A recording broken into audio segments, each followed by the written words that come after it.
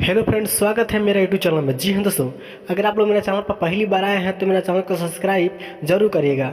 चलिए जानते हैं अवधेश प्रेमी के बारे में, जो कि भोजपुरी के सुपरस्टार के नाम से जाने जाते हैं।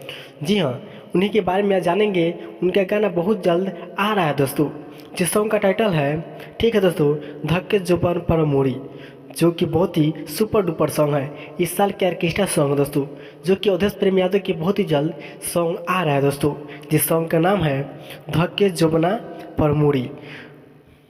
आप सबके बीच बहुत ही जल्द आ रहा है दोस्तों, जिस सॉन्ग के गीतकार हैं राइटर थारू जी और म्यूजिक विकेश भोजपुरिया जी। जी हाँ, आप सबके बीच बहुत ही जल्द आ रहा है दोस्तों। जी हाँ, इसी तरह के वीडियो इस चैनल पर दिया जाता है दोस्तों। तो आप लोग को अच्छा लगा तो इस चैनल को सब्सक्राइब जरूर करिएगा दोस्तों।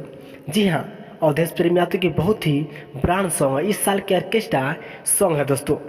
जी हाँ, आप लोग के अवधेश प्रेम यादव फिर से लहराएंगे झंडा, अवधेश प्रेम यादव जी। तो चलिए दोस्तों,